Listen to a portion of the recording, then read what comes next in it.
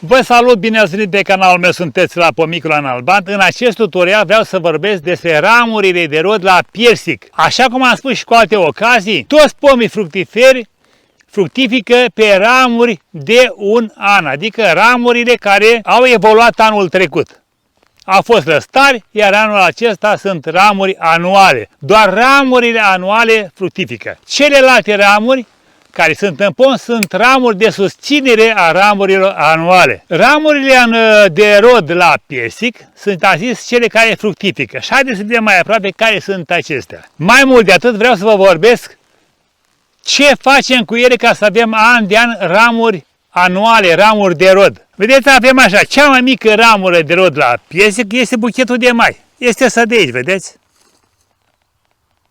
Aceste buchete de mai sunt mai multe cu cât pomul îmbătrânește. O altă ramură de rod, la fel de neinteresantă, este această ramură scurtă, vedeți, care se numește salbă. Și aici, vedeți, altă salbă. Atât buchetul de mai, cât și salbele, nu sunt ramuri de rod pe care noi le iubim foarte mult. Nu fructifică foarte bine, fac fructe destul de slabe, sunt foarte aproape de lemn, nu ne interesează aceste fructe, dar la nevoie sunt bune și ele. Ramurile de rod cele mai bune la piersic sunt ramurile mixte. Aceste ramuri mixte au dimensiuni variabile, undeva de la 30-40 până la 70-80 sau chiar 1 metru. Uitați, așa arată o ramură mixtă. Cum e asta? Cum e asta de aici, cum sunt toate cele care le vedeți aici.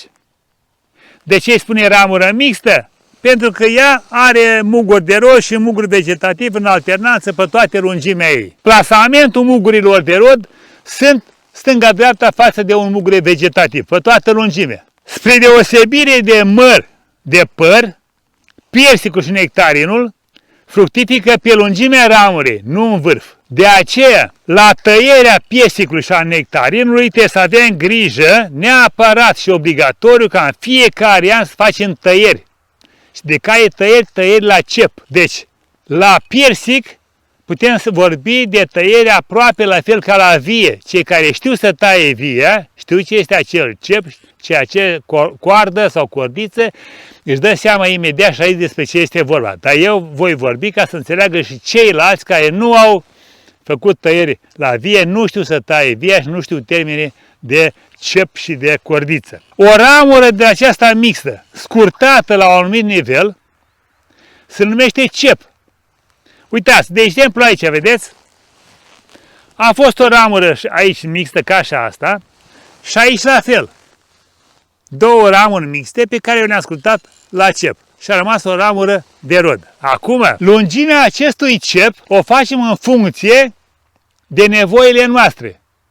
Dacă considerăm că avem o ramură singură de rod și va fructifica puțin, atunci cepul lăsăm puțin mai lung ca să aibă și pe lungimea lui două fructe. Și din partea superioară să genereze două ramuri, doi lăstari, care la anul vor fi două ramuri ca acestea. Vedeți?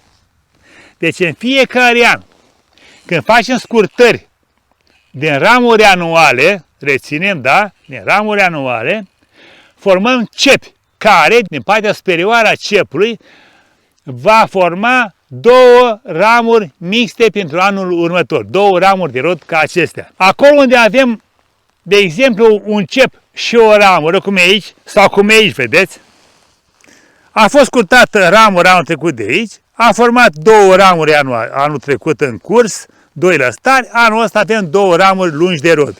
Pe una am făcut o cep, pe una am lăsat o ramură de rod. Aceste două elemente care pornesc din aceeași sursă, vedeți? Din aceeași sursă, din aceeași lemn cu aceeași vechime, asta e sursa lor, vedeți? Aceste două elemente, aceste două componente, cepul și coarda, formează o verigă de rod. Deci, trebuie să reținem că piersicul fructifică pe buchete de mai, pe salbe, pe ramuri mijlocii și în tandem formează veriga de rod. Noi am mai vorbit despre verigă la vița de vie. Acolo noi o numim verigă de producție. Diferența de termen este ușor confundabilă, dar e bine de știut și să vă explic totodată de ce spune verigă de rod și de ce numim în cadrul viței de vie verigă de producție. Aici avem verigă de rod, pentru că cele două componente, cele două elemente care formează veriga, produc, deci au flori și fac fructe pe ele. Ori la vița de vie, cepul și cordița, în cazul viței de vie, nu produc. Ele doar degajă lăstari care vor forma struguri pe ei. Deci, ele sunt susținătoare de elemente de rod.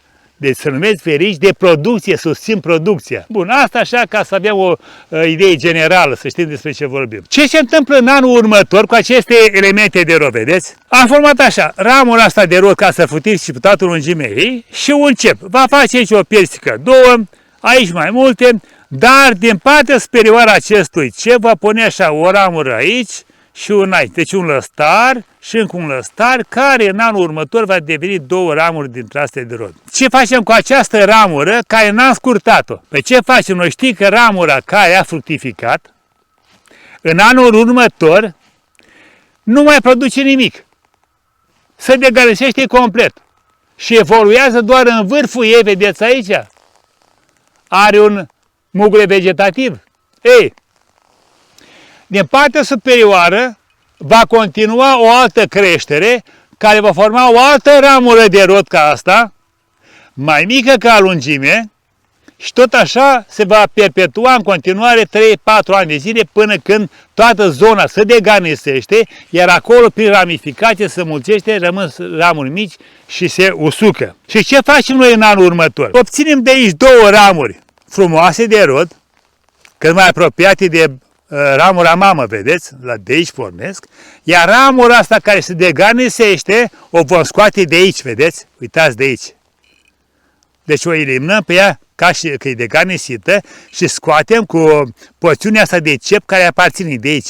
Exact ca la vie când tăiem în cordon. Scoatem asta și rămâne doar cepul cu două ramuri noi. Haideți să ne mai uităm și aici. Avem așa, avem cep și coardă, vedeți, sau cep și ramură. Aici avem cep și ramură. Dacă ramura este foarte lungă, ce înseamnă? Că vom avea fructe pe toată lungimea ei, nu le poate duce. Și atunci ce facem? O mai scurtăm.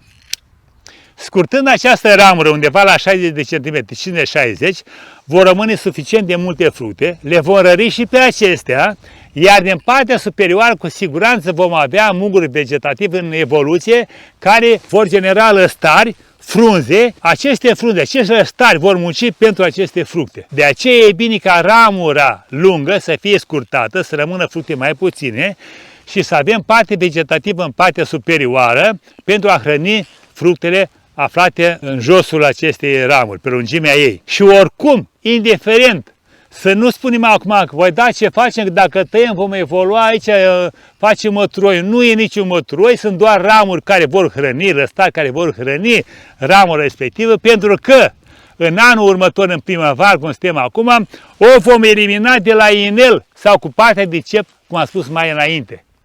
Deci oricum ea dispare cu totul după ce a fructificat.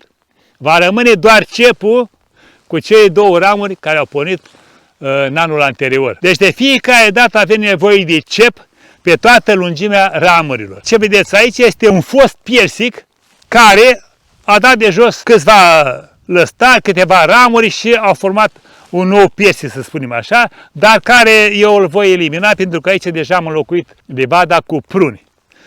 Dar m-am oprit la ei pentru că este mult mai limpede de explicat, să înțelegeți dumneavoastră cum evoluează lucrurile. Acum, ce de reținut? Cepii se formează în ramuri de un an. Doar în primul an și al doilea an putem să lăsăm fără cepi sau cepi mai scurți de 2 ani. Că atunci nu avem nevoie de foarte multe ramuri, că oricum persicul degajă ramuri foarte multe anuale primii 2 ani. Dar după aceea avem nevoie de cepi pe toată lungimea ramurilor de schelet. Numărul lor scade odată cu creșterea în înălțime, adică la bază avem mai mulți cepi, cu cât ne urcăm pe ramurile de schelet avem mai puțin cep. De ce?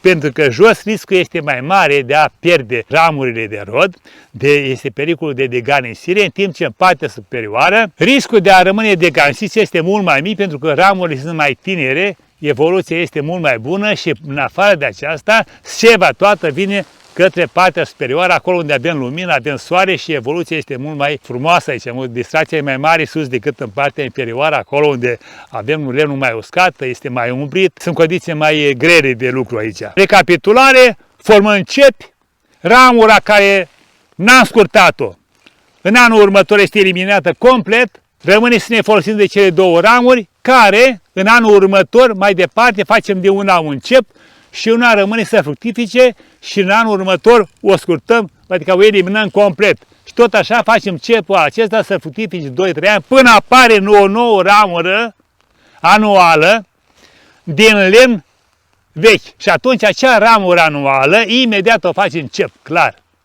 Ca să avem cep, să avem un nou cep.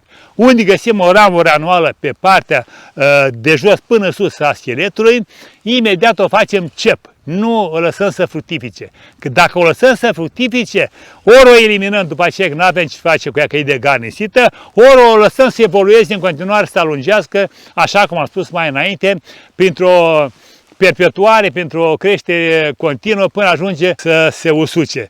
Ce vreau să vă spun? Odată că evoluție, dacă nu-i tăiată ramura, am spus eu mai înainte acolo că formează un mungure vegetativ.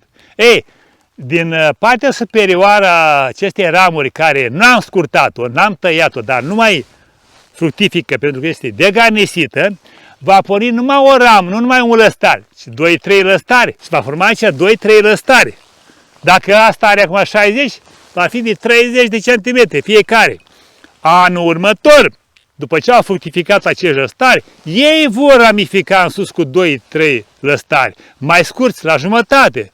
Și tot așa se face o ramificație continuă, se mulțesc numărul de lăstari, dar scade dimensiunea lor până se face o tufă puternică și deasă în partea superioară, iar fructele rămân puține, pentru că lăstarii din ce în ce mai scurt ajunge până la câțiva centimetri, 2-3 centimetri, și face un sigur fruct și ăla de proastă calitate. Ăsta a fost tutorialul pentru astăzi, cred că m-a făcut înțeles. Dacă v-a plăcut și considerați că v-a venit în ajutor, distribuiți, la revedere și succes pe toată linia!